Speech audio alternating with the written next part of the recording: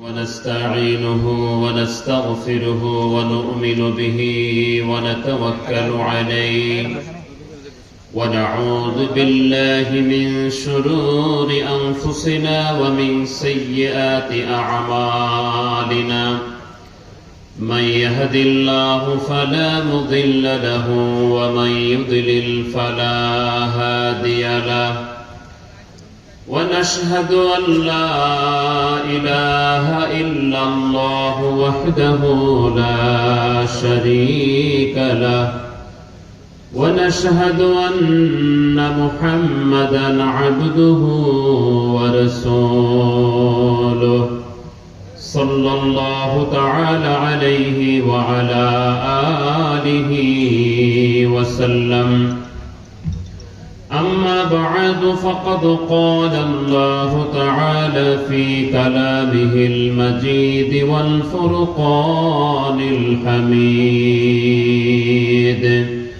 أعوذ بالله من الشيطان الرجيم بسم الله الرحمن الرحيم لقد من الله على المؤمنين إذ بعث فيهم رسولا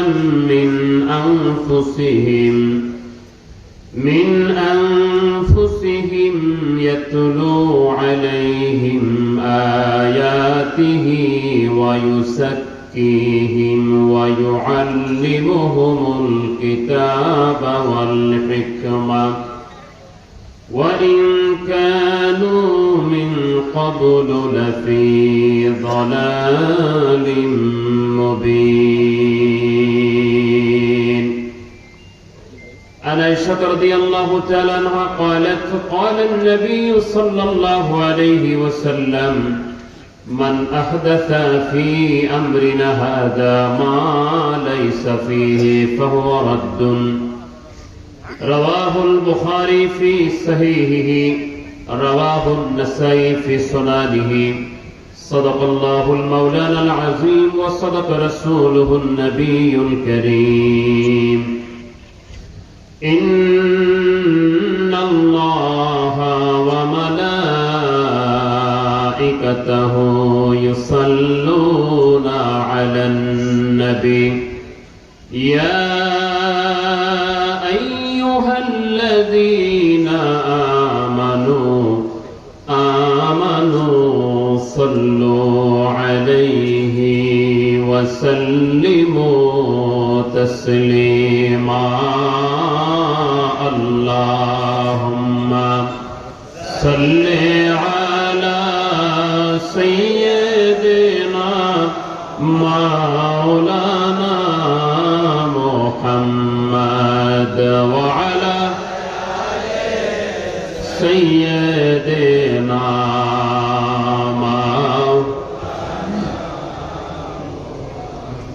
مشرق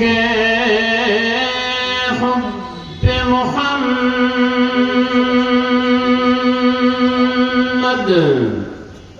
مطلع ديوان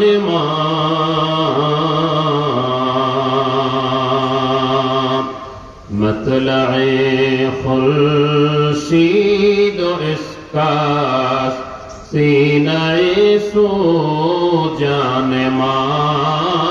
اللهم صل على مولانا محمد وعلى آل سيدنا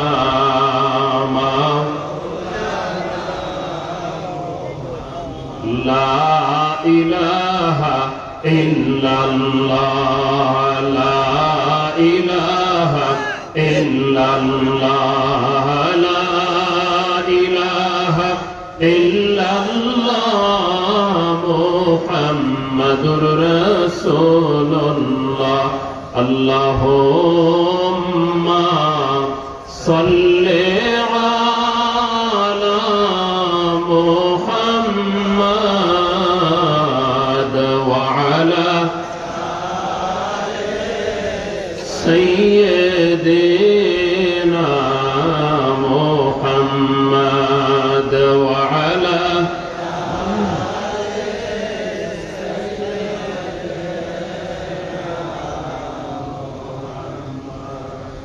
চেংটি উচ্চ বিদ্যালয় মাঠ প্রাঙ্গণে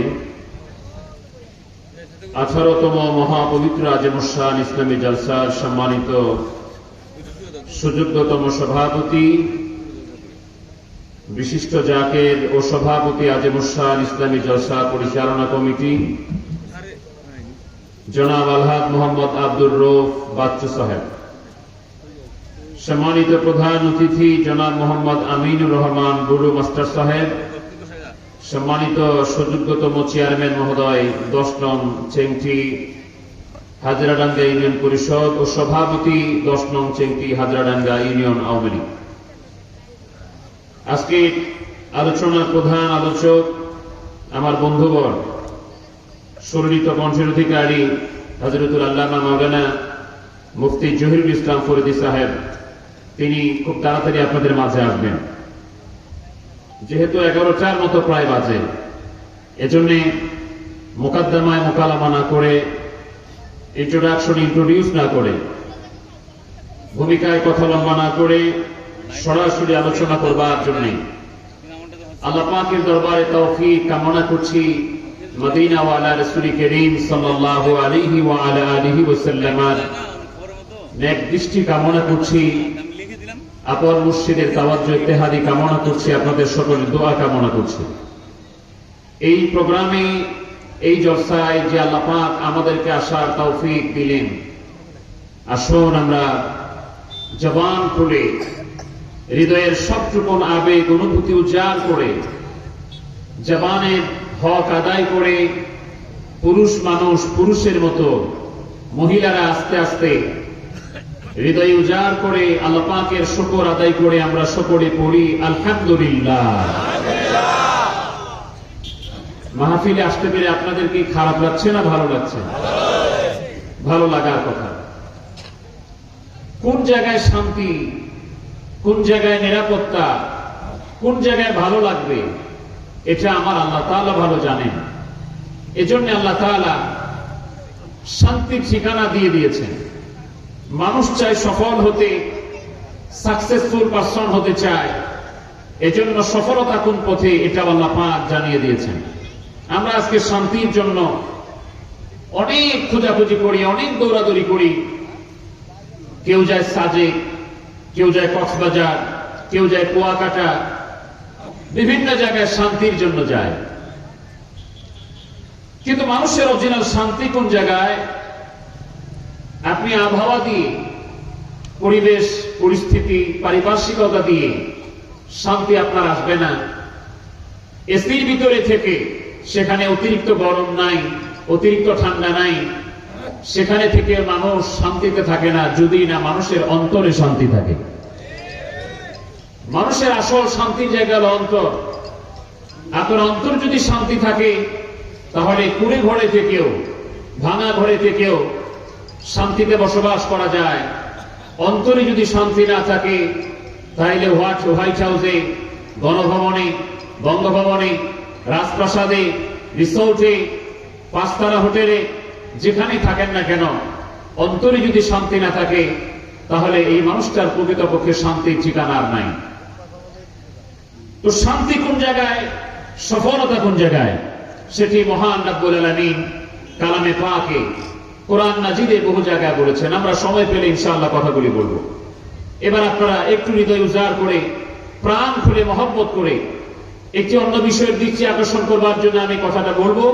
সেজন্য আমি আপনাদের কাছ থেকে আগে শুনতে চাই, আল্লাহ পাকের হাবিবের শানে দরুদ শরীফ পড়তে আপনাদের খারাপ লাগে না ভালো লাগে? দ্বিতীয়ত আল্লাহর জিকির করতে আপনাদের খারাপ লাগে না ভালো লাগে? এবার দুটি প্রশ্নের উত্তর দিবেন। আল্লাহ নবীর শানে দরুদ শরীফ পড়ার হুকুম পীর সাহেবের না আল্লাহ? দুনিয়ার কোন মানুষের না আল্লাহ? আল্লাহ পাকের জিকির করা, এই আল্লাহ পাকের জিকির করার শিক্ষা যদিও আল্লাহর ওলিরা দিয়েছেন, মূলত জিকির করার হুকুম কার? আল্লাহ পাকের। একটি মানুষ আল্লাহ রাব্বুল আলামিনকে রাজি এবং খুশি করতে চাইলে, আল্লাহ পাকের সন্তুষ্টি অর্জন করতে চাইলে, আল্লাহ পাকের ভালোবাসা অর্জন করতে চাইলে কোন পথে পাবে?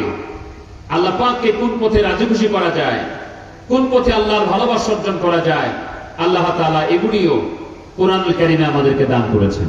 আমরা ভূমিকায় এতটুকুই কথা বলি, এরপরে আমরা সরাসরি আলোচনায় হাত দিতে চাই।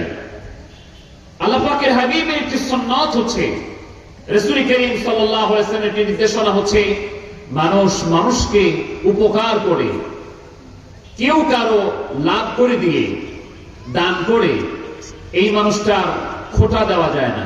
কাউকে বলা যায় না যে আমি তোমার এটা উপকার করেছি, তাকে খোঁটা দেওয়া যায় না। আপনি কারো উপকার করার পরে যদি খোঁটা দেন, তাহলে উপকারের প্রতিদানটা, ফলাফলটা, সওয়াবটা নষ্ট হয়ে যায়। এটা একটা সিস্টেম। এটি আল্লাহ রাব্বুল আলামিনও সাধারণত করেন নাই, কিন্তু কোরআনুল কারীমের একটি জায়গায় আল্লাহ তাআলা মানুষের প্রতি দয়া করে, মানুষের প্রতি মায়া করে, মুমিনদের প্রতি দয়া করে আল্লাহ পাক সেটার কথা স্মরণ করিয়ে দিয়ে বলেছেন, বান্দারে শোনো, মুমিনেরা শোনো, আমি কিন্তু এই কাজটা করে আমি আল্লাহ পাক তোমাদের উপর বড় ইহসান করেছি, আমি বড় দয়া করেছি। জোরে বলুন সুবহানাল্লাহ। কি বড় দয়া করলে, কি বড় ইহসান করলে আল্লাহ পাক এটা বলতে পারেন, এটি করতে পারেন। আল্লাহ রাব্বুল আলামিন কোরআনুল কারীমে 3 নম্বর সূরা সূরা আলে ইমরানের 164 নম্বর আয়াতে এই কথাটি বলেছেন। আল্লাহ পাক বলছেন, লাকাদ মান্নাল্লাহু আলাল মুমিনিনা ইয বা'আসা ফীহিম রাসূলাম মিন আনফুসিহিম। আল্লাহ পাক বলছেন, আল্লাহ মুমিনদের উপরে ইহসান করেছেন, দয়া করেছেন, তাদের মধ্য থেকে একজন রাসূলকে প্রেরণ করে পাঠিয়ে আল্লাহ পাক মুমিনদের উপরে বড় ইহসান করেছেন, বড় দয়া করেছেন। একটু মহব্বতে বলেন না সুবহানাল্লাহ। তাহলে এটি হলো আল্লাহ পাকের সবচেয়ে বড় দয়া। তো এই রাসূলকে আল্লাহ কেন পাঠালেন, কেন দুনিয়াতে পাঠালেন? যে রাসূলের কথা আল্লাহ পাক এই কোরআনুল কারীমের এই আয়াতে বললেন, গোটা তাফসীরের জগতে যতগুলি তাফাসির আছে, সব তাফসীরকারকরা একমত যে রাসূলকে পাঠিয়ে আমার আল্লাহ মুমিনদের উপর দয়া করলেন, সেটা আদম নবী নয়, সেটা নূহ নবী নয়, সেটা ইব্রাহিম খলিল নয়, সেটা মূসা কালিমুল্লাহ নয়, সেটা ঈসা রূহুল্লাহ নয়, সেটা ইদ্রিস নাই, সেটা অন্য কোন পয়গম্বর আলাইহিস সালাম নন। তিনি হচ্ছেন আপনার নবী, আমার নবী, কুল কায়নাতের নবী, সুলতানে মদিনা, রাসূল করিম, রাউফুর রহিম, আকায়ে নামদার, তাজদারে মদিনা, আহমদ মুজতবা, মুহাম্মদ মুস্তাফা, রাসূল করিম সাল্লাল্লাহু আলাইহি ওয়াসাল্লাম। তাই কি দয়াটা আল্লাহ পাক করলে বলতে পারে, আমি আমার রাসূল তোমাদের কাছে পাঠিয়ে আমি আল্লাহ তাআলা এত বড় দয়া করেছি। আল্লাহ পাক তার হাবিবকে জগতে পাঠাবেন, অনেকগুলি কারণে পাঠিয়েছেন, তার মধ্যে প্রধানত মৌলিক কারণ হলো 4টা। এই পয়েন্টটা আপনাকে বুঝতে হবে। এবার যারা একটু পারেন আমার সাথে জবানটা খুলে বলেন তো, নবী পাঠাবার প্রধান উদ্দেশ্য কয়টা? একটু সবাই বলেন না কয়টা? 4টা। এই কথাটি আল্লাহ তাআলা কোরআনুল কারীমে সূরা বাকারা 129 নম্বর আয়াতে বলেছেন। এই কথাটি আল্লাহ তাআলা কোরআনুল কারীমে সূরা আলে ইমরানের 164 নম্বর আয়াতে বলেছেন। এই কথাটি আমার আল্লাহ তাআলা সূরা জুমার 2 নম্বর আয়াতে বলেছেন। এলাকার উলামায়ে কেরাম, বিশেষ করে এই বাজার সংলগ্ন মসজিদের ইমাম সাহেব, এলাকার যত উলামায়ে কেরাম আছেন, please listen to what I say. আমরা যা বলছি একটু মনোযোগ দিয়ে শুনেন। এলাকার যত ছাত্র ভাইয়েরা আছেন, মাদ্রাসায় পড়াশোনা করেন, হেফজখানায় পড়েন, একটু মনোযোগ লাগায় শুনেন। রাসূল পাক সাল্লাল্লাহু আলাইহি ওয়াসাল্লামকে আল্লাহ পাক পাঠালেন 4টা কারণে। এই কথাটি আল্লাহ তাআলা কোন জায়গায় ওটা আগে বলেছেন, কোন জায়গায় এটা আগে বলেছেন, তবে মৌলিক কাজ আল্লাহ পাক দিয়েছেন 4টা। পাঠাবা বহুদিন আগে থেকে এই রাসূলকে 4টা কাজ দিয়ে আল্লাহ পাক পাঠাবেন, এই জন্য আয়োজনটা আল্লাহ তাআলা পরের থেকে করেননি।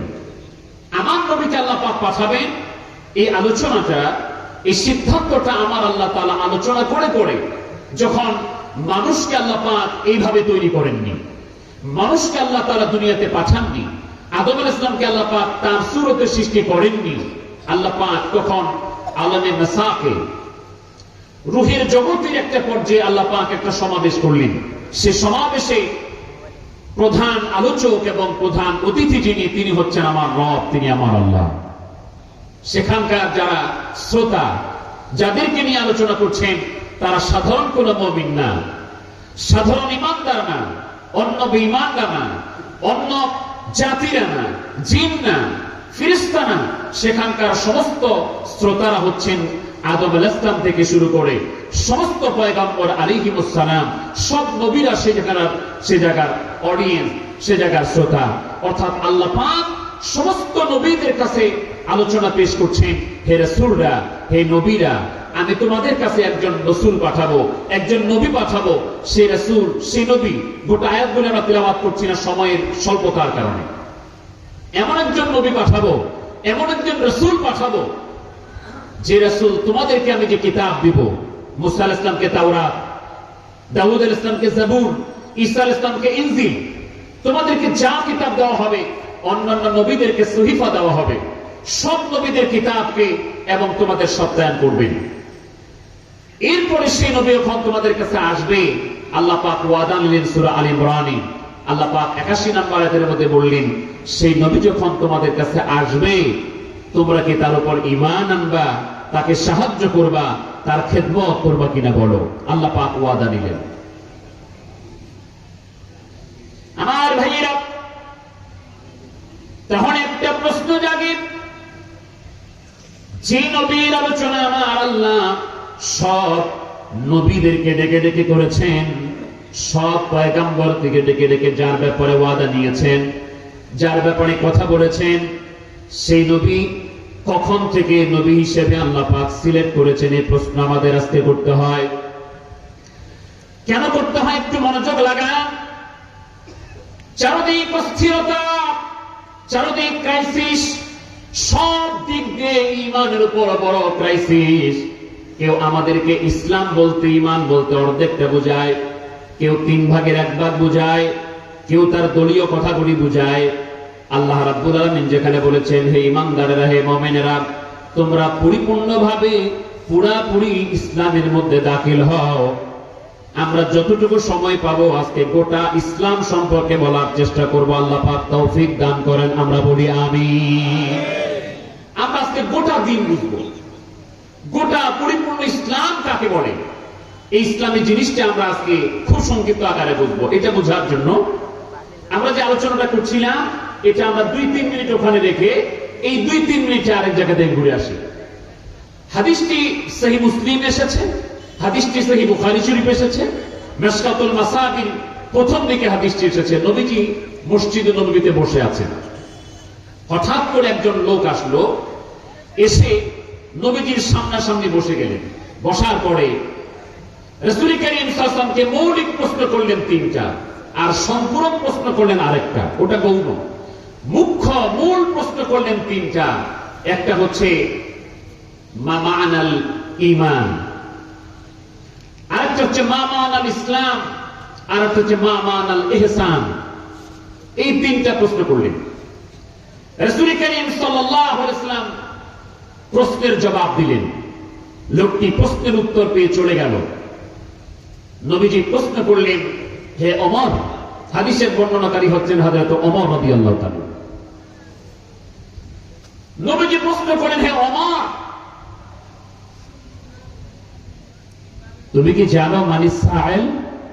যে লোক আমাকে এতক্ষণ প্রশ্ন করেছে, তুমি কি জানো এই ব্যক্তিটাকে, তার পরিচয় জানো? হযরত ওমর রাদিয়াল্লাহু তাআলা বললেন, আল্লাহু ওয়া রাসূলুহু আ'লাম। এই কথাটা আরবি, আপনি বুঝেন আর না বুঝেন, আমি আপনাকে বলবো, একবার মহব্বতে বলেন সুবহানাল্লাহ। উত্তর কি দিলেন? আল্লাহু ওয়া রাসূলুহু আ'লাম। এর বাংলা হচ্ছে, আল্লাহ সবচেয়ে ভালো জানে, আল্লাহর রাসূল সবচেয়ে ভালো জানে। এবার মহব্বতে বলেন আল্লাহু আকবার। বর্তমান যুগের কিছু ভাই সাহেবরা এই কথা শুনলে বলতো যে শিরক করে ফেলেছে। এখন শিরক আর বেদাতের মাঠ অনেক গরম। শিরক আর বেদাতের মাঠ অনেক গরম। আল্লাহ গরিব দরবারে যাবেন, পিছনে তোকমা লাগাই দিবে শিরক, কোনো কথা নাই বার্তা। মিলাদ করবেন, লাগাই দিবে বেদাত। এই দুটির মাঠ অনেক গরম। আমি দুটি প্রসঙ্গে একটু কথা বলবো ইনশাআল্লাহ। বেদাত আর শিরক ভালো করে বুঝেন। অথচ শিরক কাকে বলে, বেদাত কাকে বলে, পাল্টায়া ব্লকিং কোশ্চিন করলে ওনার ওযু নষ্ট হয়ে যাবে। আন্দাজে বলে দিলে পীরের দরবারে যাওয়া বেদাত, শিরক, মিলাদ করা বেদাত। সাহাবায়ে কেরাম বললেন কি? সাহাবায়ে কেরাম বললেন আল্লাহু ওয়া রাসূলুহু আলাম। আল্লাহ যেমন সবচেয়ে ভালো জানে, আল্লাহর রাসূলও তেমন সবচেয়ে ভালো জানে। একবার মহব্বতে বলেন সুবহানাল্লাহ। তাহলে আমাদের তো সেটাই বিশ্বাস, আমার আল্লাহ তার হাবিবকে, তার রাসূলকে এমন ইলম দান করেছেন, এমন জ্ঞান দান করেছেন, আমার আল্লাহ তার হাবিবকে যা প্রয়োজন মনে করেছেন, ইলমে হুসুলি, ইলমে হুজুরি, ইলমে জাহির, ইলমে বাতিন, ইলমে শরিয়ত, ইলমে তরিকত, ইলমে হাকিকত, ইলমে মারিফত, ইলমুল আহকাম, ইলমুল গায়ব, আল্লাহ পাক তার হাবিবকে যা মনে করেছেন, তার হাবিবকে আল্লাহ পাক জানিয়ে দিয়েছেন। আল্লাহর হাবিবের সাহাবী হযরত ওমর রাদিয়াল্লাহু তাআলা বললেন আল্লাহু ওয়া রাসূলুহু আ'লাম। আল্লাহর হাবিব বললেন, ও ওমর শুনে রাখো, আমাকে যে লোকটা তিনটা প্রশ্ন করলো, হুয়া জিবরিল আতাকুম ইউআল্লিমুকুম দীনাকুম, এটা দুনিয়ার কোন মানুষ নয় রে, মানুষ নয় রে। এই ব্যক্তিটা সাধারণ কোন মানুষ নয়, সেই ব্যক্তিটা ছিল স্বয়ং জিবরিল আমিন ফেরেশতা। ওই জিবরিল আমিন তোমাদেরকে পরিপূর্ণ দ্বীন শিক্ষা দেওয়ার জন্য এসেছে। মৌলিক প্রশ্ন কয়টা? তিনটা। একটা হচ্ছে ইসলাম, আর একটা ঈমান, আর একটা ইহসান। তাহলে এই তিনটা যারা পালন করবে তারাই পরিপূর্ণ দ্বীন পালন করলো। যারা এই তিনটার অর্ধেক পালন করবে তারা অর্ধেক দিন পালন করলো। যারা দুইটা পালন করলো তারা 3 ভাগের 2 ভাগ পালন করলো। তাহলে গোটা দিন এই তিনটার মধ্যে নিহিত। এবার দেখা যাক এই তিনটার উপর কারা আছে। পয়েন্টটা মনে রাখেন। এবার আমরা যে কথাগুলি বলছিলাম সেখান থেকে যা, আমার নবীকে আল্লাহ পাক দুনিয়াতে পাঠিয়েছেন মৌলিক কয়টা কারণে? 4টা কারণে। আর তার আলোচনা শুরু হলো আমার আল্লাহ পাক সব নবীদেরকে ডেকে ডেকে এক জায়গায় কনফারেন্স করে করে তার আলোচনা করছেন। তো আমরা একটা প্রশ্ন করছিলাম, হাবিব ইয়া রাসূলুল্লাহ, ইয়া হাবিবাল্লাহ, আপনি কখন থেকে তাহলে নবী? আপনার আলোচনা যদি এত আগে থেকে, তা আপনি কখন থেকে নবী? কোন মানুষ তো আপনাকে 40 বছর পরে নবী বানাতে চায়। 40 বছর পরে নবী বানাতে চায় না? কোন মানুষ আপনাকে ধরে ধরে বানাইতে চায় যে 40 বছর পরে আপনি নবী। তো হুজুর, দুনিয়ার শায়েখের প্রশ্ন আমার দরকার নেই, আপনি জবাব দেন। দুনিয়ার কোন শায়েখ জবাব দিল?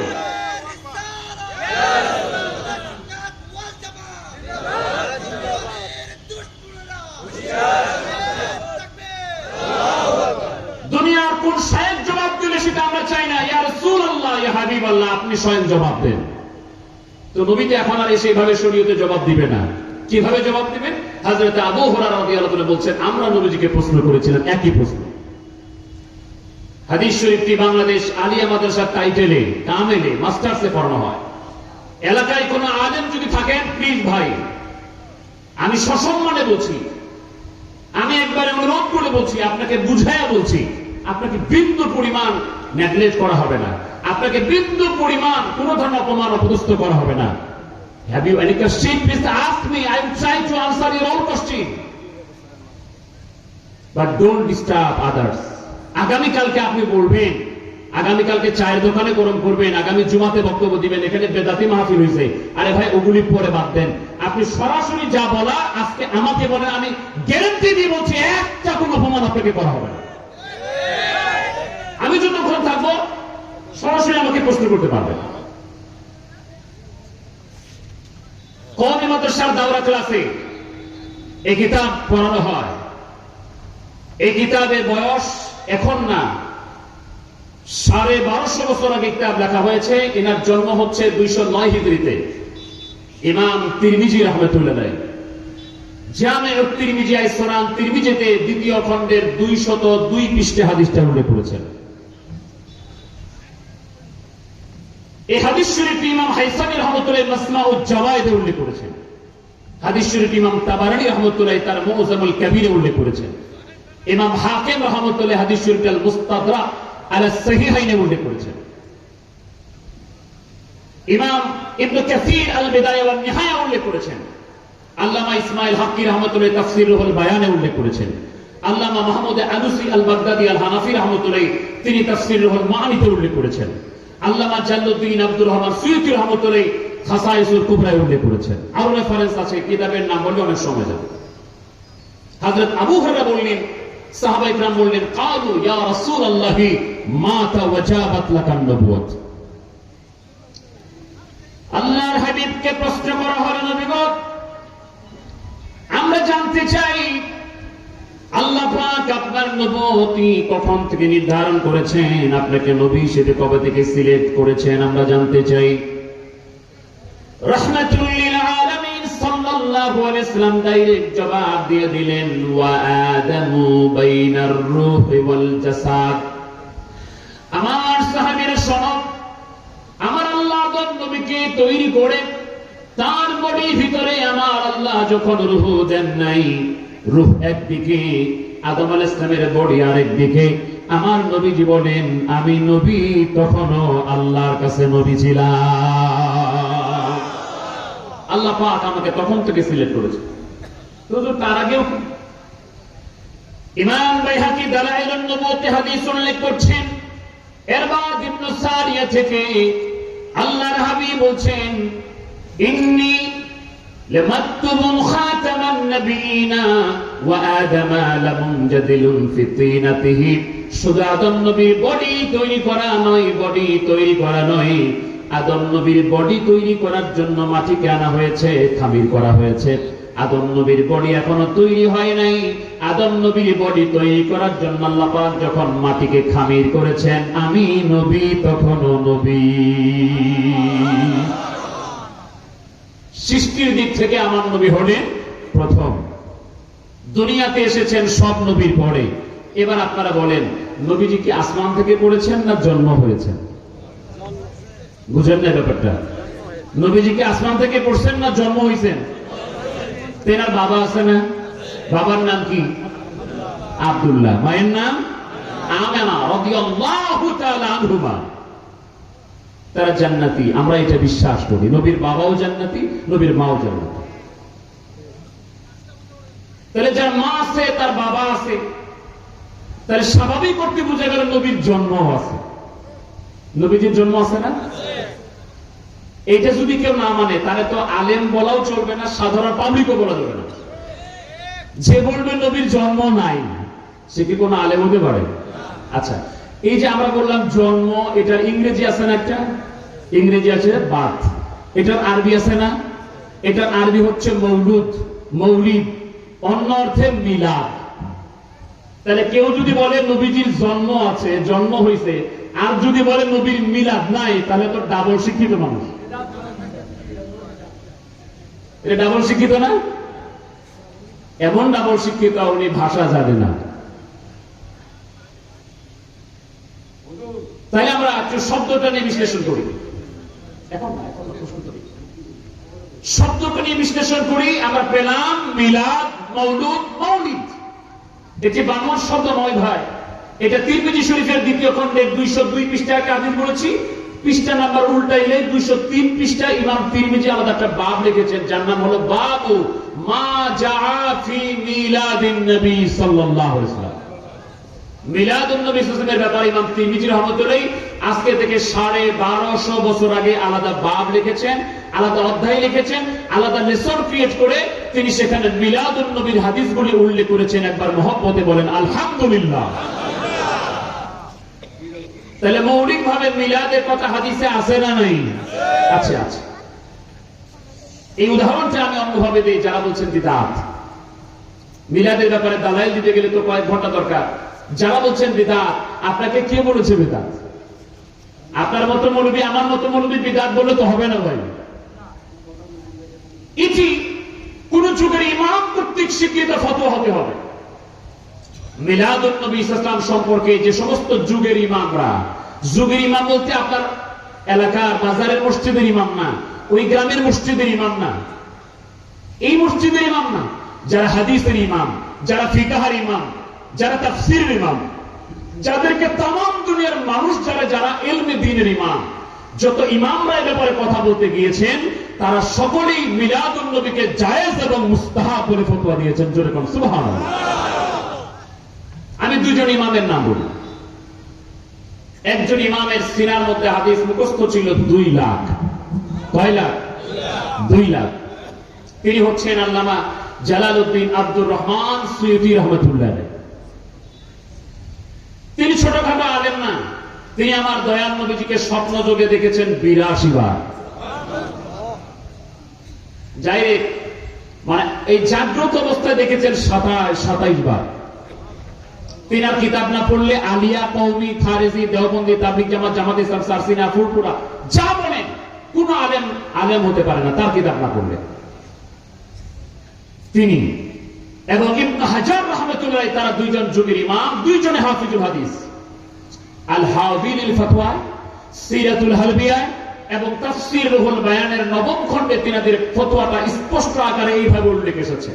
ওয়াকাদ ইস্তাখরাজা লাহুল হাফিজ ইবনে হাজার আসলান মিনাস সুন্নাহ ওয়া কাযা হাফিজ সুয়ুতী। তারা দুইজন যুগের ইমাম বলছেন আমরা যখন মিলাদুন নবীর ব্যাপারটা আমাদের সামনে আসলো তখন আমরা মিলাদুন নবীর ব্যাপারে এর দলিলগুলি, এর দালাইলগুলি, এর রিসোর্সগুলি, এর সোর্সগুলি, আমরা উসুলগুলি, আমরা অরিজিনগুলি আল্লাহ নবীর সুন্নাত থেকে পেয়েছি। একবার মহব্বতে বলেন সুবহানাল্লাহ। তাহলে যারা লক্ষ লক্ষ হাদিস জানে তারা বলছে আমরা মিলাদুন নবী পেয়েছি নবীর সুন্নাত থেকে। যার পেটে ঘুষি মারলে 100টা হাদিস ও সনদ সহকারে বলতে পারবে না, উনি বলবে বেদাত, আর আমরা তা কি এর কথা মানতে পারি? এবার বেদাত শব্দটা আসলো কোথা থেকে? একজন ইমাম বলেছিল, তাজউদ্দিন ফাকিহানি তার নাম। একজন শুধু বলেছিল মিলাদ পড়া যাবে না, এটা খারাপ বেদাত। ওয়ারাদ্দা তাসনিয়া মুযাক্কার গায়বের শিকার। ওয়ারাদ্দা আলাল ফাকিহানি ফি কওলিহি আন্না আমালাল মাউলুদ বিদআতুন মাযমুমা। তাজউদ্দিন ফাকিহানি নামক একজন আলেম মালিকি মাযহাবের, তিনি বলেছিলেন মিলাদ পড়া যাবে না। যুগের দুইজনে ইমাম, লক্ষ লক্ষ হাদিসের হাফেজ, তারা দুজন তার সমস্ত দলিলগুলিকে রদ করেছেন, বাতিল বলেছেন এবং সমস্ত দলিলের জবাব দিয়ে তারা বলেছেন তুমি মিলাদের দলিল পাও না, এটা তোমার ইলমের দৈন্যতা। আমরা লক্ষ লক্ষ হাদিস রিসার্চ করে আল্লাহর নবীর মিলাদের দলিল পেয়েছি। জোরে কোন সুবহানাল্লাহ। তাহলে সরাসরি একটা হাদিস মিলাদের পক্ষে বলে দিই, একবারে সরাসরি মিলাদ শব্দটা উল্লেখ। কিভাবে? এই হাদিসের কিতাবটি বেশি বড় না, আমি প্রায় 10 বছর আগে 17,000 টাকা লিখেছিলাম, এখন প্রায় 30,000 টাকার মতো হবে। যেভাবে দ্রব্যমূল্যের ঊর্ধ্বগতি। ইমাম তাবারানীর মুজামুল কবির এর 25 পৃষ্ঠায়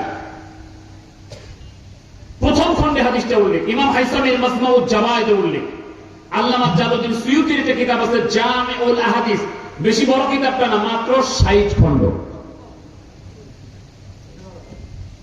60 খণ্ড সে জামিউল আহাদিসে উল্লেখ। আম্মা জান আয়েশা বলছেন, হাদিসের ইবারতটা এরকম, আন আয়েশা রাদিয়াল্লাহু তাআলা আনহা قالت تذاكر رسول الله صلى الله عليه وسلم وابو بكر رضي الله تعالى عنه ميلادهما عندي। আম্মা জান আয়েশা বলেন, দুনিয়ার মানুষ শোনো শোনো শোনো, আমি আয়েশার কাছে আমার রাসূল করিম সাল্লাল্লাহু আলাইহি ওয়াসাল্লাম নিজে এবং আমার আব্বা হযরত আবু বকর সিদ্দিক রাদিয়াল্লাহু তাআলা দুজন আমার কাছে মিলাদের আলোচনা করেছেন।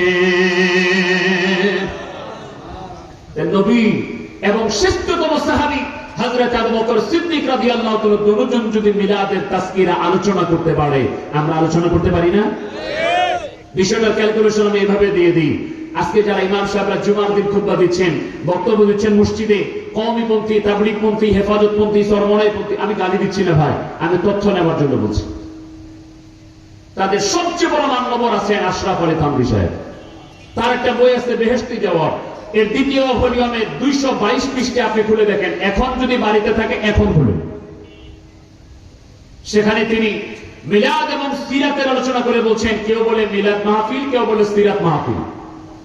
তিনি বলছেন এটা শুধুমাত্র রবিউল আউয়াল মাসে নয় বা বছরে এক আধবার নয়, বরং প্রতি ঘরে ঘরে, প্রতি দোকানে দোকানে, প্রতি মাসে মাসে, প্রতি সপ্তাহে সপ্তাহে অধিক পরিমাণে মাহফিলে মিলাদের আয়োজন করা নিতান্ত বাঞ্ছনীয়। এবার আপনি দিতে থাকেন ফতোয়া, বেদাত দিতেই থাকেন, বুঝবেন যারা বেদাত বলছে তাদের পিছনে কোনো ব্যাকআপ নাই, কোন যুগের ইমামের কোনো ফতোয়া নাই। বানোয়াট ভাবে যে যেখান থেকে পাচ্ছে ইচ্ছা মতো ফতোয়া দিচ্ছে, ইচ্ছা মতো ফতোয়া দেওয়ার কারণে রিসার্চ নাই, গবেষণা নাই, ফতোয়ার কোনো রেফারেন্স নাই, এই কারণে ঝামেলা পাচ্ছে।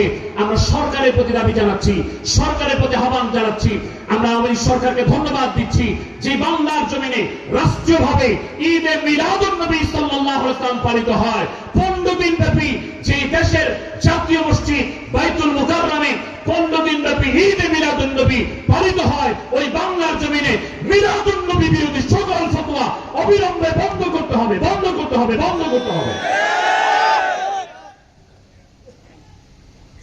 ভাইরা আমার, এবার একটা প্রশ্ন অনেক মানুষ করে দিলেন, নফল এগুলি পড়লেন সওয়াব কত?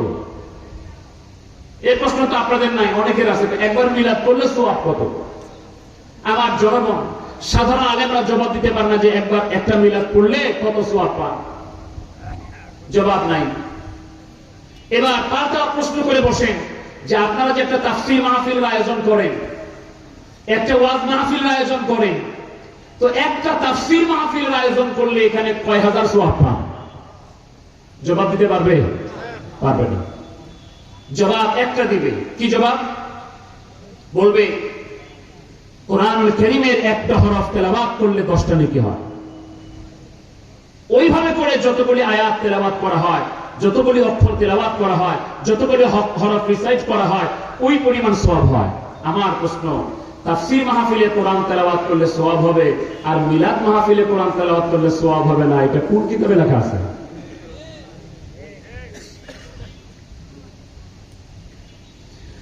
আমার ভাইরা বলো,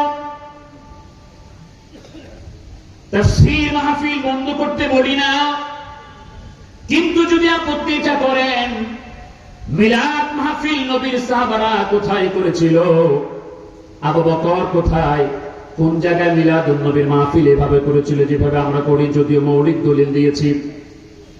তারপরে যদি প্রশ্ন করে কোন জায়গায় কোন মাঠে প্রথম মিলাদুন নবীর মাহফিল সাহাবীরা করেছিল, সাহাবীরা কোথায় করেছিল, তাবিঈরা কোথায় করেছিল, তাহলে আমরাও পাল্টা প্রশ্ন করি, আমার নবীর সাহাবীরা আরাফার ময়দানে না মুজদালিফার ময়দানে কোন জায়গায় প্রথম তাফসীরুল কোরআনের মাহফিল করেছিল, এটাও আমরা জানতে চাই।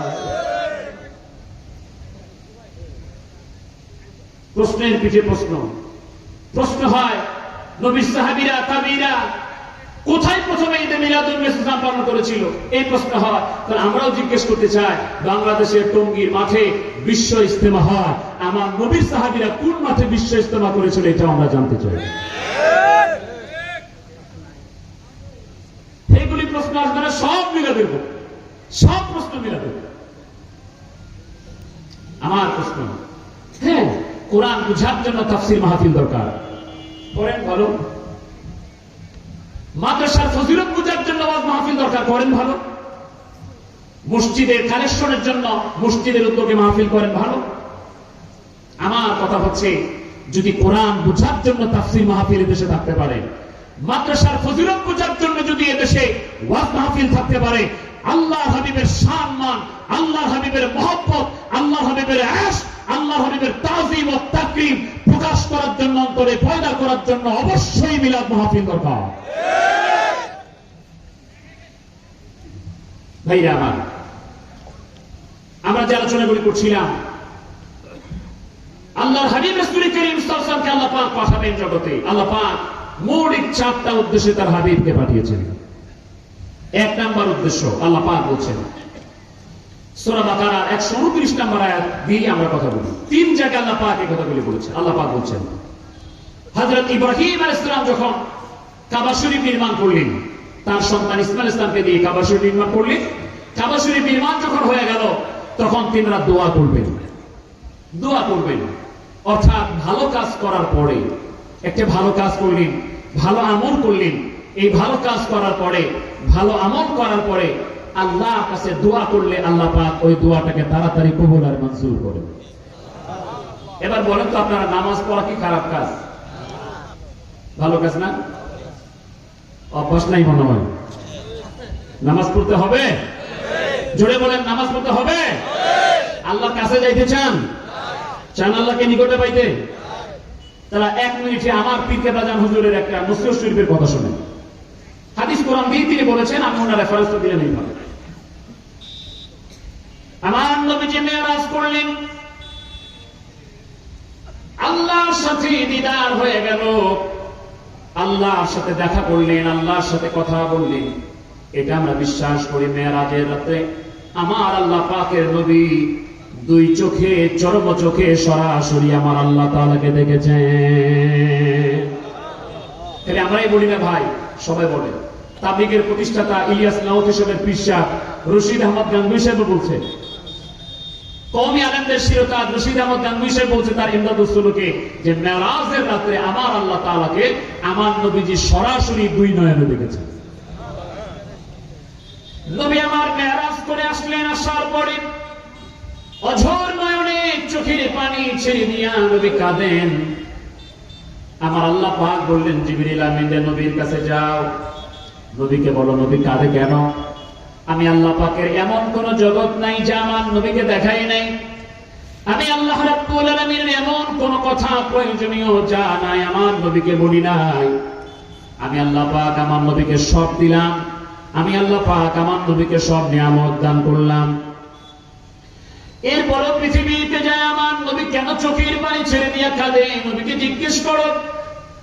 জিবরিল আমিন এসে বললেন, ইয়া রাসূলুল্লাহ, ইয়া হাবিবাল্লাহ, ওগো দয়ার নবীজি, আমার আল্লাহ পাক জানতে চেয়েছেন আপনি কেন ঝড় নয়নে কাঁদতেছেন, আমার আল্লাহ জানতে চায়।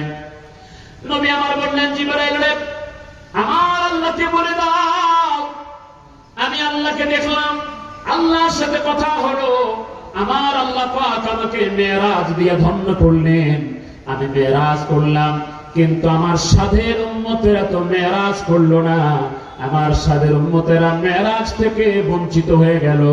এই দুঃখে আমার উম্মতের যাতনায় আমি কাঁদতেছি, এই নিয়ামত আমি পেয়েছি, আমার উম্মতেরা কিভাবে এই নিয়ামত পাবেন? আমার আল্লাহ তাআলা বলে দিলেন, জিবরাইল আমার হাবিবের জানায়া দাও, আমার হাবিবকে বলে দাও আমার হাবিবের সাথে মেরাজ হয়েছে সরাসরি একবার, আমার হাবিব ছাড়া আর কারো সাথে সরাসরি মেরাজ হয় না, আর হবেও না। কিন্তু আমি আল্লাহ পাক আমার হাবিবের উম্মতের জন্য আধ্যাত্মিক ভাবে মেরাজের দরজা খুলে রেখেছি। আমার হাবিবের উম্মতের জন্য আমি আল্লাহর কাছ থেকে ব্যবস্থাপত্র আমার হাবিবকে জানায় দাও, আমার হাবিবের উম্মতেরা যখন নামাজে চলে যাবে আমি আল্লাহ পাক ওই নামাজের ভিতরে আমার হাবিবের উম্মতের সাথে দিদার করব।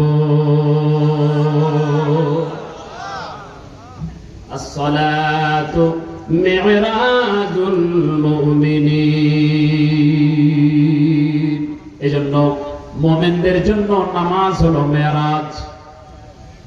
এমনি এমনি পাই যাবেন। কিভাবে ওই মেরাজ হবে, কিভাবে ওই নামাজ হবে, ওই আলোচনাটা এই বিষয়বস্তুর মধ্যে আছে। কিভাবে, হাউ ইটস পসিবল, এটা কিভাবে সম্ভব? আমার ভাইরা, আমার আল্লাহ রাব্বুল আলামিন তার নবী ইব্রাহিমকে দিয়ে কাবা শরীফ নির্মাণ করালেন। কাবা শরীফ যখন বানানো হয়ে গেল তখন ইব্রাহিম আলাইহিস সালাম আর ইসমাঈল আলাইহিস সালাম আল্লাহর কাছে দোয়া করছেন। আমরা বলছিলাম ভালো কাজ করার পরে আল্লাহর কাছে দোয়া করলে দোয়া কবুল হয়। নামাজ হলো অন্যতম শ্রেষ্ঠ ভালো কাজ, এই জন্য নামাজের পরে দোয়া করলেও আমার আল্লাহ তাড়াতাড়ি কবুল করে নেয়। এখন নামাজের পরে দোয়ার বিরুদ্ধে ফতোয়া শুরু হয়েছে না? নামাজের পরে দোয়া করলে আরেক দলের বেদাত করা যাবে না, মোনাজাত নাই, দোয়া নাই। আরে নাই কইতে কইতে এক দল বলছে আহলুস সুন্নাত ওয়াল জামাত নাই, আরেক দল বলছে মাযহাব নাই, আরেক দল বলছে তরিকা নাই, আরেক দল বলছে হাদিস নাই, আরেক দল বলছে এই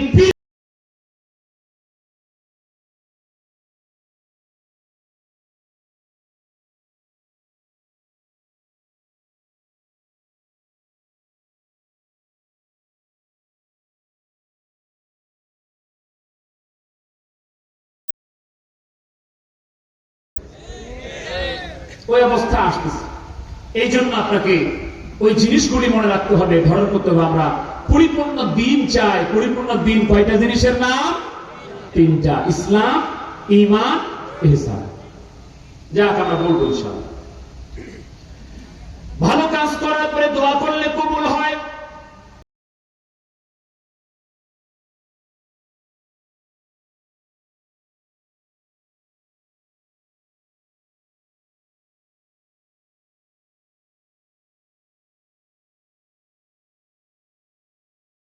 মঞ্জুর হয়।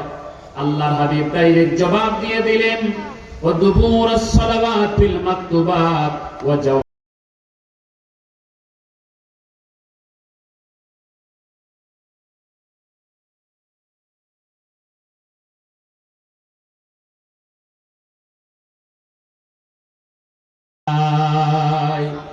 আরেকটা হলো কেউ যদি শেষ রাত্রে উঠে আমার আল্লাহর কাছে দোয়া করে, রহমতের সময় উঠে যদি আমার আল্লাহর কাছে কোনো মানুষ দোয়া করে, ওই দোয়াটাও আল্লাহর দরবারে তাড়াতাড়ি কবুল আর মঞ্জুর হয়ে যায়। এনায়েতপুর দরবার শরীফ আপনারা যে রহমতের সময় ফজর নামাজের আগে উঠে আল্লাহ তাআলাকে 3 নাম ধরে ডেকে আল্লাহর কাছে চাওয়া শিখছেন না? বিশ্ব জাতির মঞ্জিল আক্রোশী দরবার শরীফে আমরা শিখছি না ভাই? রাসূল করিম সাল্লাল্লাহু আলাইহি ওয়াসাল্লাম যে সন্তানগুলি আজকে থেকে 1400 বছর আগে মদিনাতুল মুনাওয়ারায় দিয়েছেন, ওই সন্তানটাই, ওই শিক্ষাটা যেখানে পাওয়া যায় ওটাই হলো আল্লাহর ওলিদের দরবার। আল্লাহর ওলিদের দরবারে ওটাই পাওয়া যায়। একটু ভালো করে শুনেন, আল্লাহর নবী পাঠাবার উদ্দেশ্য কয়টা? 4টা। এক নাম্বার, আমার আল্লাহ রাব্বুল আলামিন বলছেন ইব্রাহিম দোয়া করলেন, রব্বানা ওয়াবআথ ফীহিম রাসূলাম মিনহুম ইয়াতলু আলাইহিম আয়াতিক ওয়া ইউআল্লিমুহুমুল কিতাবা ওয়াল হিকমাতা ওয়া ইউযাক্কিহিম ইন্নাকা আনতাল আসীসুল হাকীম। ইব্রাহিম নবী দোয়া করেন, আয় আল্লাহ, এমন একজন রাসূল আমার এই সন্তান ইসমাইলের বংশে তুমি পাঠাও, যে রাসূল, যে নবী 4টা প্রধান কাজ করবে। ইউআল্লিমুহুমুল কিতাবা, মানুষকে কিতাব শিক্ষা দিবে, ওয়া মা'না, কোরআন শিক্ষা দিবে। আমার আল্লাহ রাব্বুল আলামিন তার হাবিব পাঠাবার এই উদ্দেশ্যগুলি বর্ণনা করে বলছেন, ইয়াতলু আলাইহিম আয়াতি, এটা অন্য আয়াতগুলি দিয়ে সিরিয়াল এদিক ওদিক আছে। এই জন্য 4টা প্রধান উদ্দেশ্যের মধ্যে একটা হলো কিতাব শিক্ষা দিবে, আর একটা হলো কিতাব তেলাওয়াত করবে। 3 নম্বর হলো ওয়া ইউআল্লিমুহুমুল কিতাবা ওয়াল হিকমাতা, মানুষকে হিকমত শিক্ষা দিবে বা মানা সুন্নাহ শিক্ষা দিবে। ওয়া ইউযাক্কিহিম, মানুষকে পবিত্র করবে। এই 4টা কথা খুব ভালো করে শুনেন। 1 নাম্বার হলো কিতাব শিক্ষা দিবে, 2 নাম্বার কিতাব তেলাওয়াত করবে, 3 নাম্বার সুন্নাহ শিক্ষা দিবে। এগুলি আমরা পাই। কোরআনুল কারীম শিক্ষা দেওয়ার জন্য বিভিন্ন মাদ্রাসা আছে, আল্লাহর ওলিদের দরবারও আছে। আল্লাহর ওলিরাই মূলত কিতাব শিক্ষা দেওয়া, কিতাব চর্চা করানো, মানুষের কাছে কোরআন তেলাওয়াতের মৌলিক শিক্ষা এই উপমহাদেশে বাংলার জমিনে দিয়েছেন আল্লাহর ওলিরা।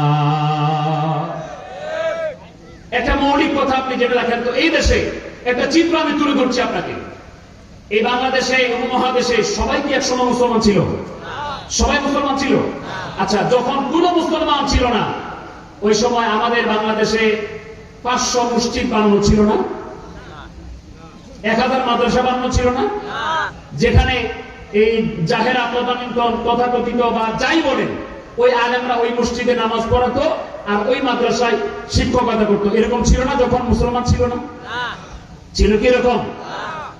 যখন মুসলমানই নাই তো মসজিদ কোথায়? যখন মুসলমানই নাই তো মাদ্রাসা কোথায়?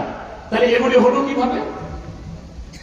এই বাংলাদেশে, আমাদের উপমহাদেশে, এই এলাকায় মাদ্রাসাও ছিল না, মসজিদও ছিল না।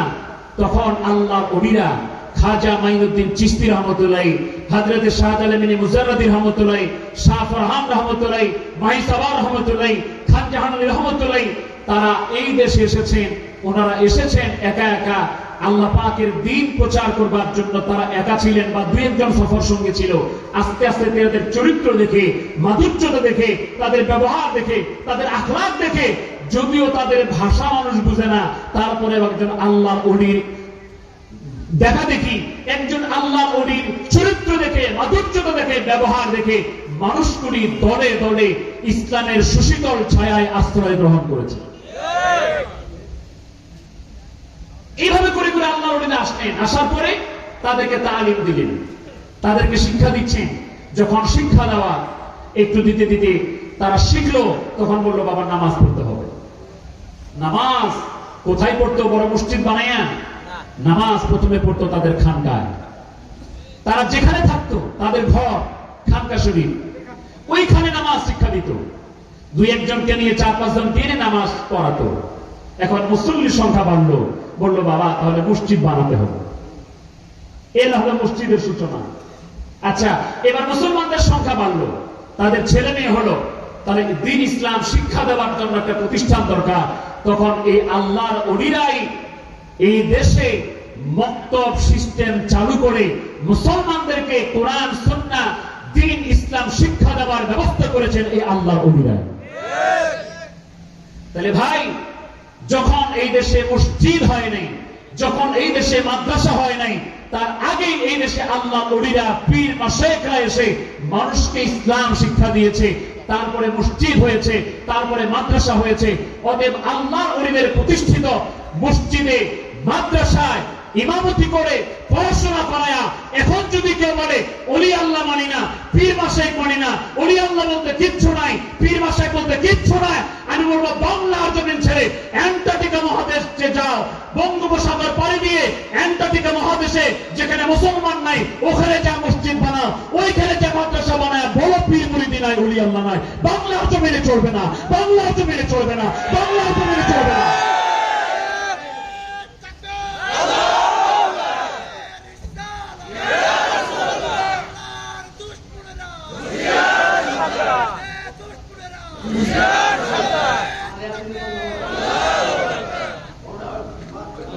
আমার ভাইরা, আমরা বলছিলাম আল্লাহর নবী প্রথমার উদ্দেশ্য 4টা। ইউআল্লিমুহুমুল কিতাব ওয়াল হিকমাতা, আল্লাহ পাক তার হাবিবকে কোরআন তেলাওয়াত শিক্ষা দেওয়ার জন্য পাঠালেন, কোরআন শিক্ষা দেওয়ার জন্য পাঠালেন, হিকমাত সুন্নাহ শিক্ষা দেওয়ার জন্য পাঠালেন। আমরা দেখতে পাই এদেশে এখন বাহ্যিক দৃষ্টিকোণ থেকে কোরআন শিক্ষা দেওয়ার জন্য বহু মাদ্রাসা আছে। ফুরকানিয়া মাদ্রাসা আছে, আলিয়া মাদ্রাসা আছে, কওমি মাদ্রাসা আছে। হাদিস শিক্ষা দেওয়ার জন্য হাদিস ডিপার্টমেন্ট আছে, হাদিস বিভাগ আছে, বহু মাদ্রাসা আছে। আবার কোরআনুল কারীমের তেলাওয়াত শিক্ষা দেওয়ার জন্য বহু ধরনের নুরানি পদ্ধতি, বহু ধরনের জিনিস চালু আছে। কিন্তু আমার আল্লাহ পাক বললেন আমার নবী পাঠাবার মৌলিক 4টা উদ্দেশ্য। একটা হলো কিতাব তেলাওয়াত করবে, আরেকটা হলো কিতাব শিক্ষা দিবে, আরেকটা হলো সুন্নাহ শিক্ষা দিবে, 4 নাম্বারটা হলো মানুষকে পবিত্র করবে। ওয়া ইউযাক্কিহিম। এবার স্বাভাবিক অর্থে, আপনারা জ্ঞানী মানুষ, স্বাভাবিক অর্থে বুঝেন তো, কোরআন শিক্ষা দেওয়ার জন্য মাদ্রাসা আছে, তার বোর্ডও আছে। কোরআনের তেলাওয়াত শিক্ষা দেওয়ার জন্য এটাও বোর্ড আছে, নুরানি বোর্ড আছে। আবার কোরআনের উপরে উচ্চতর ডিগ্রি নেওয়ার জন্য বোর্ড আছে, তাফসীর বিভাগ আছে। হাদিসের উপরে ডিগ্রি নেওয়ার জন্য হাদিস বিভাগ আছে, সেখানে মুহাদ্দিস আছে। তো আমরা 3টা জিনিসের প্রতিষ্ঠান পাইলাম, বোর্ড পাইলাম। তো নবী তো খালি 3টার জন্য আসেন নাই, মৌলিক 4টা জিনিস শিক্ষা দেওয়ার জন্য এসেছেন। 4 নাম্বারটা আমরা সিরিয়াল লিখে বলছি, অন্য জায়গায় এটা 3 নাম্বার এসেছেন। তো 4 নাম্বারই বলেন আর 3 নাম্বারই বলেন যে আরেকটা আছে, মানুষকে পবিত্র করাতে এসেছেন। তাহলে এই মানুষকে পবিত্র করাবার প্রতিষ্ঠানটা কোথায় আর ওর বোর্ডটাই বা কোথায়? বাংলাদেশে আছে এরকম বোর্ড? আমি দেখাই দেবো, আছে আছে আছে আছে। আমার ভাইরা, কোরআন তেলাওয়াত শিক্ষা দেওয়ার জন্য ফুরকানিয়া বোর্ড আছে, কোরআন শিক্ষা দেওয়ার জন্য মাদ্রাসা শিক্ষা বোর্ড আছে, হাদিস শিক্ষা দেওয়ার জন্য মুহাদ্দিস আছে, হাদিস বিভাগ আছে, হাদিস ডিপার্টমেন্ট আছে, তার বোর্ড আছে। ওয়ায়ুযাক্কিহিম, মানুষকে পবিত্র করবার জন্য প্রতিষ্ঠান আছে, তার ক্যাটাগরি আছে। মানুষকে পবিত্র করার জন্য, মানুষকে সংশোধন করার জন্য ওয়ায়ুযাক্কিহিমের প্রতিষ্ঠানগুলি হলো আল্লাহর ওলিদের দরবার।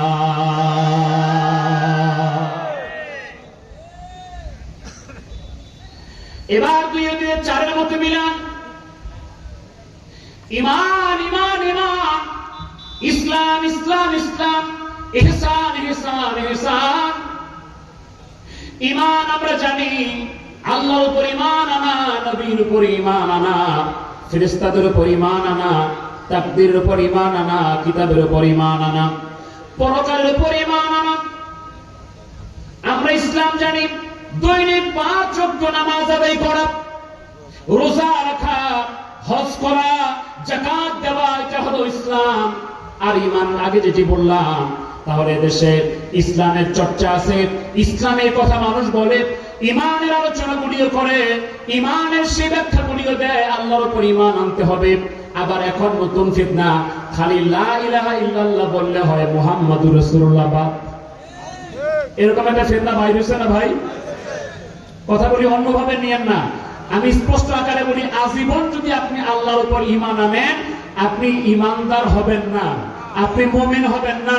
কোশ্চিনকালে ওই ঈমান আল্লাহ কবুল করবে না।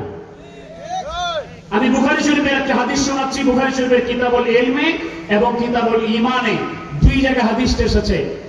একদল সাহাবী এসে নবীজিকে বলেন, হুজুর আপনি আমাদেরকে কিছু কথা বলে দেন যা আমরা পালন করব, আর কিছু নিষেধ করে দেন যা আমরা ছেড়ে দেব, আমরা যেন সোজা আল্লাহর জান্নাতে যেতে পারি। সুবহানাল্লাহ। তো নবীজি বললেন, তোমরা 4টা কাজ করবা আর 4টা ছেড়ে দিবা। তার প্রথমটা হচ্ছে আনতুমিনা বিল্লাহি ওয়াহদা, এক আল্লাহর উপর ঈমান আনবা। তো নবীজি কথা বলার সাথে সাথে বললেন, হাল তাদরুনা মা আল ঈমানু বিল্লাহি ওয়াহদা। এই সাহাবীরা, আমি যে তোমাদেরকে বললাম যে এক আল্লাহর উপর ঈমান আনতে হবে, তোমরা কি বুঝলা যে এক আল্লাহর উপর ঈমান আনার মানে কি? সাহাবীরা প্রশ্নের উত্তর দিয়ে বললেন, আল্লাহু ওয়া রাসূলুহু আ'লাম, এটা আল্লাহ সবচেয়ে ভালো জানে, আল্লাহর রাসূলও সবচেয়ে ভালো জানে। একবার বলেন আল্লাহু আকবার। সাহাবীদের আকীদা দেখেছেন? সাহাবীরা বলছেন আল্লাহ ভালো জানে, রাসূলও ভালো জানে। আমি বুখারীর হাদিস বলছি। আল্লাহর হাবিব বললেন, আন তাশহাদা আল্লা ইলাহা ইল্লাল্লাহ ওয়া আন্না মুহাম্মাদার রাসূলুল্লাহ। এক আল্লাহর উপর ঈমান আনার মানে হলো তোমাদেরকে বলতে হবে লা ইলাহা ইল্লাল্লাহ, সাথে সাথে সাক্ষ্য দিতে হবে মুহাম্মাদুর রাসূলুল্লাহ। তো নবীজি খালি বলেন নাই যে শুধু লা ইলাহা ইল্লাল্লাহ বলে এক আল্লাহর উপর ঈমান আনা হলো। নবীজি বললেন এক আল্লাহর উপর ঈমান আনার মানে হলো তোমাকে যেমনি আল্লাহর উপর ঈমান আনতে হবে, ঠিক তেমনি সাথে সাথে মুহাম্মাদুর রাসূলুল্লাহর উপর ঈমান আনতে হবে। অতএব যে মসজিদে, যে ঈদগাহে, যে লেখার মধ্যে, যে ওয়ালের মধ্যে শুধু লা ইলাহা ইল্লাল্লাহ থাকবে, মুহাম্মাদুর রাসূলুল্লাহ পাশে লেখা থাকবে না, ওটা আমার নবীর কলেমা নয়, ওটা ইসলামের কলেমা নয়, এটা ইহুদি নাসারাদের শিক্ষা দেওয়া বিকৃত ইসলাম। আমরা ওই ইসলাম চাই না, আমরা লা ইলাহা ইল্লাল্লাহ চাই, সাথে সাথে মুহাম্মাদুর রাসূলুল্লাহ চাই। নবীর শিক্ষা হলো একই সাথে বলতে হবে লা ইলাহা ইল্লাল্লাহ, সাথে সাথে সাক্ষী দিতে হবে মুহাম্মাদুর রাসূলুল্লাহ। অতএব যদি দেখেন শুধু লা ইলাহা ইল্লাল্লাহ লেখা আছে, বুঝে নেবেন এটা আমার উম্মতের শিক্ষা, আমার নবীর উম্মতের শিক্ষা নয়, এটা আমাদের মুসলমানদের শিক্ষা নয়, এটা আমার নবীর উম্মতের কালেমা নয়। ভাইরা আমার, তো আমরা বলছিলাম ঈমানের ট্রেনিং দেওয়া হয়, বুঝলাম আল্লাহর উপর ঈমান আনা। নবীর উপর ঈমান আনা, কিতাবের উপর ঈমান আনা, ফেরেশতাদের উপর ঈমান আনা, তাকদীরে ভালো মন্দের উপর ঈমান আনা, পরকালের উপর ঈমান আনা, আবার আমরা উঠবো এটার উপর ঈমান আনা। এটা বুঝলাম ঈমান। ইসলাম কি? ইসলাম হচ্ছে নামাজ পড়া, রোজা রাখা, হজ করা, যাকাত দেওয়া। 3 নাম্বার প্রশ্ন হচ্ছে ইহসান। হুজুর, ইহসান কি জিনিস? যে 3টা মিলে হলো পরিপূর্ণ দ্বীন। নবী আমার বললেন ইহসান হচ্ছে আনতা আবুদাল্লাহ কাআন্নাকা তারাহু ফাইন লাম তাকুন তারাহু ফাইন্নাহু ইয়ারাক। নবী আমার জবাব দিয়ে দিলেন ইহসান হলো তুমি এমন ভাবে আল্লাহর বندگی করবা যেন তুমি আল্লাহ তাআলাকে দেখতেছ। যদি এটা হাসিল করতে না পারো তাহলে তুমি মনে করবা আমার আল্লাহ তোমাকে দেখতেছে। এই যে এই পর্যায়ের ইবাদত, এই পর্যায়ের আমল, এইগুলি পাওয়া যায় আল্লাহর ওলিদের দরবারে। কোথায় পাওয়া যায়? আল্লাহর ওলির দরবারে। তাহলে আল্লাহর ওলির দরবারে যেমন ঈমান আছে, আল্লাহর ওলির দরবারে যেমন ইসলাম আছে, আল্লাহর ওলির দরবারে যেমন ইহসান আছে। অতএব পরিপূর্ণ ইসলাম যদি তালাশ করতে হয়, পেতে হয়, যেতে হয়, জানতে হয়, তাহলে আপনাকে অবশ্যই আল্লাহর ওলির দরবারে যেতে হবে। এবার শোন, আল্লাহর ওলিরা ওটাই শিক্ষা দেন কেমনে আল্লাহর বندگی করতে হয়, আল্লাহকে খালেস ভাবে কেমনে পেতে হয়, আল্লাহকে নিজের মধ্যে কেমনে অনুধাবন করতে হয়। আল্লাহর ওলিরা ওটা শিক্ষা দিলেন। ওই কাজটা, যে কাজ, এটা হলো আমার রাসূল করিম সাল্লাল্লাহু আলাইহি ওয়াসাল্লামের মৌলিক 4টা কাজের একটা। অর্থাৎ আল্লাহর ওলিরা 4 কাজটা করেন। ওই একটা কাজ ওয়ায়ুযাক্কিহিম, ওই কাজের মাধ্যমে মানুষের অন্তরাত্মা পবিত্র হয়, ওই কাজের মাধ্যমে মানুষের আত্মা পবিত্র হয়, ওই কাজের মাধ্যমে মানুষ পরিপূর্ণ ঈমানদার হয়, ওই কাজের মাধ্যমে একজন মানুষ প্রকৃতপক্ষে মানুষ হয়ে যায়। এটার গুরুত্ব কি? কোরআনুল কারীমে আমার আল্লাহ তাআলা সূরা আল মুমিনুনে বলছেন قد أفلح المؤمنون الذين هم في صلاتهم خاشعون। হে মুমিনরা, তোমরা সফল হতে চাও? সফল তো ওই মুমিনরাই সফল যারা তাদের নামাজের মধ্যে খুশু বিনয়ী একাগ্রতা রাখে। এটা শিখবেন কোথায়? এটা পাবেন কোথায়? মুহাদ্দিস সাহেবের কাছে যদি যান, মুহাদ্দিস সাহেব আপনাকে বলবে, যদি বলেন যে আমাদের একাগ্রতা কেমনে আসবে এই শিক্ষাটা পেতে চায়, উনি বলবে এই কাজটা আমার না। আপনি আমাকে কোনটা হাদিস সহিহ, কোনটা গায়রে সহিহ, কোনটা হাসান লে জাতিহি, কোনটা হাসান লে গায়রিহি, কোনটা খবরে ওয়াহিদ, কোনটা মুতাওয়াতির, আমি এগুলি বলতে পারবো। কোন হাদিসের হুকুম কি আমি এটা বলতে পারবো। ওই কাজ আমার না। মুফাসসির সাহেবের কাছে যাবেন, আল্লাহ তাআলা যে কোরআনুল কারীমের 23 নম্বর সূরা আল মুমিনুনের 2 নম্বর আয়াতে বললেন, ওই মুমিনরাই তো সফল যারা নামাজের মধ্যে খুশু রাখে, বিনয়ী হয়। এটা শিখতে চায়। মুফাসসির সাহেব বলবে এই আয়াত কেমনে নাযিল হয়েছে, কোথায় নাযিল হয়েছে, এই আয়াত এর অনুবাদ কি, এই আয়াতের শান নজুল কি, কোন আয়াতের শান নজুল কি, কোন সূরার শান নজুল কি, কোনটা কিভাবে নাযিল হয়েছে, এগুলি আমাকে বলতে চান, বলতে বলেন, আমি এগুলি বলতে পারবো, কিন্তু ওই জিনিস আমার কাছে শিক্ষা দেওয়ার কোনো ব্যবস্থা নাই।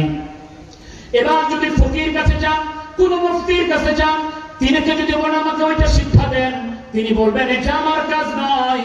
নামাজের ফরজ কয়টা, নামাজের ওয়াজিব কয়টা, নামাজের সুন্নাত কয়টা, মুস্তাহাব কয়টা, ওযু কেমনে করতে হয়, ওযুর মধ্যে কয়টা ফরজ, ওযুর মধ্যে কয়টা সুন্নাত, পানি কতটুকু ব্যবহার করবেন, নাকি কি পরিমাণ পানি দিবেন, এগুলি মাসালা মাসাইল যদি আপনি আমাকে জিজ্ঞেস করেন আমি এটা বলতে পারবো। তাহলে আমরা মুহাদ্দিস সাহেবের কাছে ওই খুশু নামাজ, আল্লাহকে দেখে আনতা আবুদাল্লাহ কান কান্নাকা তারাহু ফাইন লাম তাকুন তারাহু ফাইন্নাহু ইয়ারাক। এটা আমরা শিখতে পারি নাই, মুফাসসিরের কাছে শিখতে পারি নাই, মুহাদ্দিসের কাছে শিখতে পারি নাই, মুফতির কাছে শিখতে পারি নাই। তার বলবে এটা আমার ম্যাটার না, এটা আমার সাবজেক্ট না। এবার আল্লাহর ওলির কাছে যদি যায়, আল্লাহর ওলিরা বলবে বাবা এটা শিক্ষা দেওয়ার জন্যই তো আমি আছি। এই জন্য আশিক বলছেন ধরে পীরের কদম, ওরে ওই কদমে নেসার হইলে পাবি মাওলার দর্শন। ওরে ওই কদমে নেসার হইলে মিলবে মাওলার দর্শন। শুন বলি রে জাকের ভাই বোন, করবি যদি দেন রোশন, ওরে কামেলের পদতলে দে না ঢেলে প্রাণ মন। আল্লাহুম্মা সাল্লি আলা সাইয়্যিদিনা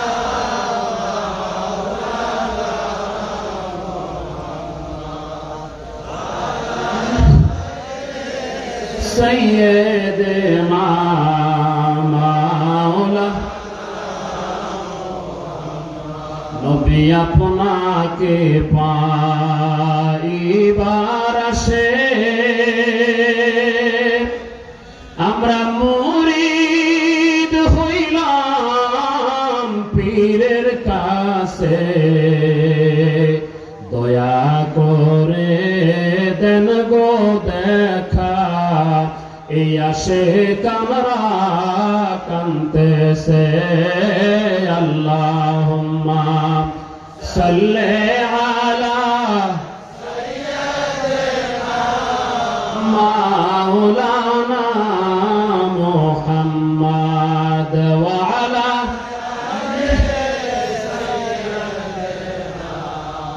মাওলানা। তাহলে আমাদের চারটা কাজের মধ্যে একটা হলো সবচেয়ে গুরুত্বপূর্ণ কাজ হলো অন্তরকে পরিশোধন করা। আল্লাহকে জিজ্ঞেস করি আল্লাহ এটার গুরুত্ব কতটুকু? আল্লাহ পাক আরো বলছেন قد أفلح من تزكى وذكر اسم ربه فصلى। সূরা আলার মধ্যে আল্লাহ পাক বললেন সে ব্যক্তি সফল হয়ে গেল যে ব্যক্তি তার অন্তরাত্মাকে পরিশোধিত করলো, এরপরে জিকির করলো, নামাজ আদায় করলো। আবার সূরা শামসের মধ্যে আল্লাহ পাক বলছেন قد أفلح من زكاها وقد خاب من دساها। সেই ব্যক্তিরা সফল হয়ে গেল যে অন্তরকে পরিশোধিত করলো, আর সেই ব্যক্তিটা বিফল হয়ে গেল যে তার অন্তরকে কলুষিত করলো। আল্লাহর ওলির দরবারে গেলে আপনাকে প্রথমে বলবে বাবা আপনি আল্লাহর জিকির করেন, অন্তরকে পরিশোধন করেন। কাদের মধ্যে কাম, ক্রোধ, লোভ, মোহ, মদ, মাৎসর্য, হিংসা, কিনা, রিয়া, কামনা, বাসনা আছে, এগুলিকে দূরে ফেলে দেন। এইগুলি যখন আপনার অন্তরের মধ্যে থাকবে না, ওই অন্তরের মধ্যে আমার আল্লাহর গুঞ্জাইশ হয়ে যাবে। এই জন্য শয়তানের এটা বরদাস্ত করতে পারে না। শয়তানের এই জন্য ফতোয়া হলো মানুষ যেন ওলি আল্লাহর দরবারে না যায়, মানুষ যেন জিকির না করে। এই জন্য ফতোয়া দেবে জিকির করা তো মুস্তাহাব, জিকির করা নফল। জিকির করা মুস্তাহাব, জিকির করলে শয়তানের গায়ে খুব লাগে। এখন নতুন নতুন ফতোয়া বেরিয়েছে নফল এত করা যাবে না, নফল নামাজ পড়বেন, নফল বন্দেগী করবেন, তাও ফতোয়া এত নফল দরকার কি? এত নফল কেন করবেন?